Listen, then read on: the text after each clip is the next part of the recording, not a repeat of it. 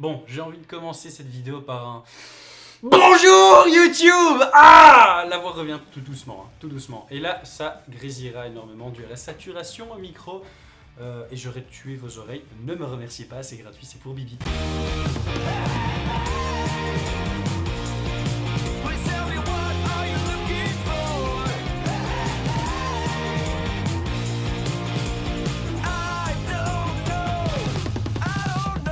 Bon, commençons. J'ai récupéré tout un tas de questions que vous m'avez posées sur Insta et en commentaire des vidéos pour cette vidéo FAQ, donc foire aux questions sur moi, la van life et VTTAE découverte. Mais sur celle-ci, on va vraiment principalement se pencher sur le VTTAE. Bref, première question est justement ça. Parle du van, comment est-ce que je fais pour recharger la batterie de mon VTTAE dans le van? L'aménagement que j'ai fait spécifiquement de mon van pour le VTTAE, donc voilà, j'ai réaménagé quelques petites choses pour qu'il soit vraiment adapté à mes besoins, parce qu'entre un van familial et un van de sportif, il y a déjà beaucoup de différences. Entre un van de sportif et un van fait pour le VTT, il y a beaucoup d'autres différences. Et quand c'est avec un VTTAE, on a encore plus de contraintes.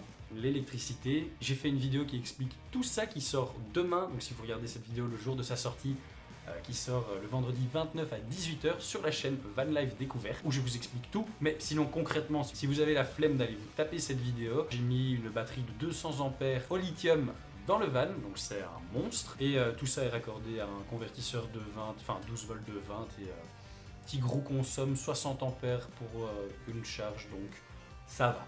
Avec cette batterie là ça va, avec l'ancienne c'était la galère, ici ça va. Prochaine question, le projet Tour de France. On m'a demandé si... J'ai reçu un mail. On demande s'il est annulé ou pas.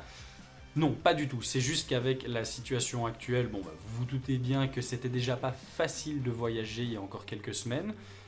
C'est la raison pour laquelle je ne l'avais pas déjà commencé à ce moment-là. J'avais le droit de voyager, mais justement, je l'ai fait en décembre et je me sentais coupable de voyager. Je ne me sentais pas bien, donc je ne voulais pas continuer comme ça. Et là, pour le moment, bah, on n'a même plus le droit de sortir de Belgique. Donc, le projet Tour de France, il n'est pas abandonné du tout. Je le reprendrai quand on pourra enfin aller en France. Mais d'ici là, le temps n'est quand même pas perdu parce que lorsque je fais des sorties VTTAE maintenant, ou enfin VTT, je fais deux montages. Un que je vous envoie sur YouTube, qui est celui que vous voyez, et j'en fais aussi un deuxième que je garde pour le moment pour moi, où je prends déjà mes marques sur ce nouveau format que sera le format spécial Tour de France, pour que ce soit déjà un minimum abouti et un minimum qualitatif quand je commencerai le Tour de France en question. On me demande aussi pourquoi est-ce que j'avais choisi un Commensal Clash et est-ce qu'on va enfin voir son retour sur YouTube. Pourquoi ce vélo? Parce que ce vélo c'est une dose de fun, c'est incroyable. Ce vélo même je le vois, il me donne le sourire, j'ai envie d'exploser de bonheur. Et quand je suis dessus, c'est exactement ça qui se passe. D'ailleurs, si je ne pouvais rouler qu'en musculaire, ce serait mon seul et unique vélo. Il pédale pas si mal pour les randos, donc ce serait jouable. Et surtout, lorsqu'on est en enduro, en gros all mountain engagé ou en DH, il est parfait. Il est hyper fun à rouler, vraiment. C'est limite si j'ai pas plus de fun avec ce vélo qu'avec Tigrou. Il s'envoie facilement en l'air et il y a des gens à qui il faudra pas dire ça deux fois. Clin d'œil, clin d'œil. Il te met en confiance quand tu roules, enfin ce vélo je l'adore, vraiment, c'est du bonheur. Donc j'aimerais énormément qu'il soit très vite de retour sur YouTube. Avant cette vidéo et avant ce tournage, je vous aurais dit qu'il serait de retour normalement pour la réouverture des bike parks. Cependant j'ai reçu un défi sur Insta, donc encore une fois je force un petit peu pour que vous alliez sur Insta, où on m'a demandé justement de faire une vidéo pour qu'on revoie enfin ce cher baby Eustache. Et donc voilà, je suis en train de commencer à réfléchir à ce que pourrait être cette vidéo. On me demande aussi ce que je fais comme métier. Alors moi, à la base, je faisais des études pour devenir pilote de ligne que je finançais en étant chauffeur de tourisme. Chauffeur de tourisme veut dire que je travaille avec des touristes. Normalement, si vous ne sortez pas d'une grotte où vous avez hiberné pendant un an, vous savez ce qu'il est en train de se passer. Des touristes, il n'y en a plus, donc concrètement, ça fait bientôt un an que... Voilà, j'ai un métier, mais je roule pas des masses. Je suis en train de réfléchir à une reconversion professionnelle. Et sachant que le vélo, ça je le développerai un petit peu plus à la fin de la vidéo, est la porte de secours, enfin la bouée de secours que j'ai eue pour me sortir de moments vraiment affreux dans ma vie. C'est quelque chose qui me fait énormément de bien. Je veux pouvoir vivre de ma nouvelle passion. Et donc, pour pas juste me dire que c'est une idée ou, enfin voilà, j'aimerais vivre de ça, et que ce soit concret, j'ai déjà créé une société. Et donc voilà, il y a plus qu'à en fait. même si c'est un gros, il n'y a plus qu'à tout mettre en œuvre pour que voilà, cette société me permette d'en vivre, me permette de vivre des voyages et du VTT. Donc on me demande aussi comment est-ce que je finance, là c'est surtout par rapport à mes voyages, le fait que vous me voyez beaucoup en van et avec mon VTT dans plein d'endroits différents. Et comme je vous l'ai dit, là pour le moment ça fait bientôt 1 an que je suis sur mes économies, donc ça c'est pas top pour voyager parce qu'il y a un jour où ça a une fin. Et oui, du coup vu que mon travail c'était d'emmener des gens, principalement des touristes en Belgique et partout ailleurs en Europe, voilà, il n'y a plus. D'où le fait que je finance sur mes économies et le fait que voilà, j'ai envie de pouvoir vivre du VTT pour continuer de vivre ma meilleure vie où je voyage tout en faisant du vélo, tout en pouvant en vivre. Depuis quand est-ce que je fais du VTT? Alors ça va être très rapide, ça fait bientôt 2 ans, ça fera 2 ans en mai que j'ai rencontré mon moustachu et je vous en parle aussi dans quelques minutes. Est-ce que je fais du VTT avec des personnes de ma famille et est-ce que ce serait en projet? Oui, et c'est déjà le cas d'ailleurs. Mon papa a récupéré il y a quelques temps, pendant le premier confinement, un de mes anciens VTT AE, donc mon Canyon, une fois que j'ai eu Tigro. Et du coup, je l'ai initié à cet art majestueux qu'est le VTT AE. Je l'ai envoyé dans quelques singles et tout, ça lui a bien plu. Mais c'était quand même pas, ça le faisait pas vibrer à 100% comme moi. Lui, ce qui l'intéressait énormément, c'était les fat bikes électriques et le genre de terrain sur lesquels on va rouler avec ça. Donc j'ai à un moment décidé de revendre le Canyon pour pouvoir acheter un fat bike électrique. Et là maintenant il vit sa meilleure vie sur son fat bike, donc moi je suis content. Et ça me permet justement de rouler avec mon papa, qui sont des moments que j'adore. Je me sens hyper privilégié de pouvoir, grâce au moteur justement sur nos 2 vélos, nous permettre de passer des moments comme ça entre père et fils. C'est vraiment génial. Alors qu'est-ce qui me plaît le plus, c'est le moi en VTT. Alors là, sur cette question, je vais très difficilement pouvoir être objectif. Et vous allez très vite comprendre pour moi. Pourquoi? Pour moi, en VTT-AE, il n'y a vraiment qu'un seul point négatif, contrairement à ce que pourraient penser les rageux et les haters. Le VTT-AE, c'est son coût en fait. Déjà, le VTT, c'est cher de base. L'entretien d'un VTT, l'achat en lui-même, tous les équipements qui vont autour. Et le VTT AE, c'est ça, mais en pire. Donc concrètement, voilà, c'est même pas que le VTT AE quand vous allez l'acheter le tout premier jour, votre tout premier VTT AE qui va vous coûter cher, mais c'est tous les équipements, tous les composants pour l'entretien du bike. Et le fait aussi qu'il y a certains composants qui vont être spécifiques e-bike. Alors ils sont pas tous bons à prendre, il y a des grosses arnaques marketing là-dedans, mais vous avez certains des composants qui sont vraiment très intéressants en spécifique e-bike. Donc tout ça coûte encore un peu plus cher que ceux de base. Et voilà, tout ça c'est vraiment pour moi le seul point négatif du VTT AE, c'est que c'est un gros frein pour quelqu'un qui veut se lancer depuis zéro là-dedans. C'est tout l'effort qu'il y a à faire budgétairement parlant pour se lancer là-dedans. Oh ouais, on me dit les freins, le fait qu'on est en vélo, c'est pas mal, ça je vais le garder au montage. Maintenant le plus... Comme c'était prévu que je vous le dise, en fait, le VTT AE, c'est le sport qui m'a permis de m'échapper des heures les plus sombres. Mais vraiment, je ne minimise rien là-dessus. Vraiment, les heures les plus sombres de ma vie, à chaque fois quand j'ai eu ce vélo, à chaque fois que j'allais rouler avec, c'était une bouée de secours qui durait quelques heures à chaque fois pour sortir un peu de toute cette merde. C'était vraiment des véritables moments qui me permettaient d'échapper à tout ça et d'être seul, d'être bien. J'étais seul dans la forêt, je me dépensais. En plus, le VTT AE, c'est un sport qui pousse au vice.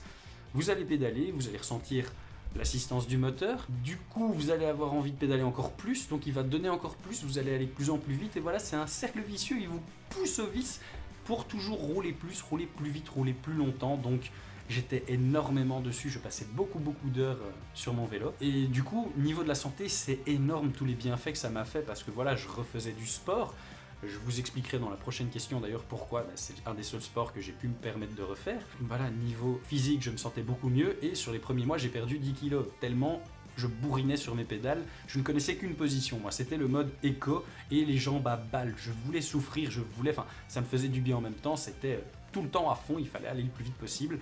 Je supportais pas de voir le compteur qui allait en dessous de 23 km/h. Même dans les côtes, il fallait tout donner. Au pire, je mettais un peu plus d'assistance, mais ça devait aller à fond. Et puis, il y a aussi le fait que je prends un pied de dingue sur un VTT.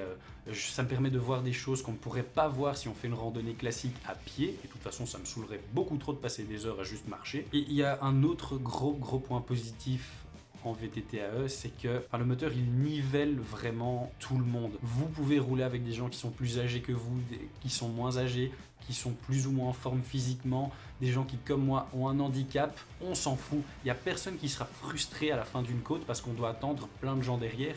Non, tout le monde arrive quasiment en même temps, suivant comment il veut se faire plus ou moins mal avec sa batterie. Donc pour moi c'est vraiment génial, ça me permet notamment de rouler avec mon papa, donc vraiment ça permet de rouler avec tout le monde. Et du coup la dernière question c'est comment, enfin les deux du coup, comment et pourquoi le VTT AE? Alors le comment il est tout simple. Quand j'étais justement dans cette sale période de ma vie, je voulais me remettre au vélo, car c'est un des seuls sports qui, si je le pratique de manière intelligente, ne tue pas mon genou. Je vous expliquerai ça plus tard. Et je me suis justement rendu dans un bike shop pour acheter... Voilà, j'avais 2 vélos en tête, c'était des petits semi-rigides, pas trop complexes, à moins de 800 €, donc on était vraiment très loin des budgets du VTT AE. Et j'étais parti pour aller essayer ces 2 vélos. Je suis rentré dans le bike shop et j'ai mes yeux qui se sont posés sur un moustache. Je l'ai tout de suite adoré, c'est lui que je suis parti essayer. Et j'ai littéralement fait 50 mètres en dehors du magasin avant de me rendre compte à quel point c'était génial, à quel point j'aimais déjà ça. Du coup, j'ai même pas fait 300 mètres ce jour-là avec le vélo, j'avais déjà fait demi-tour et le bon de commande était déjà signé.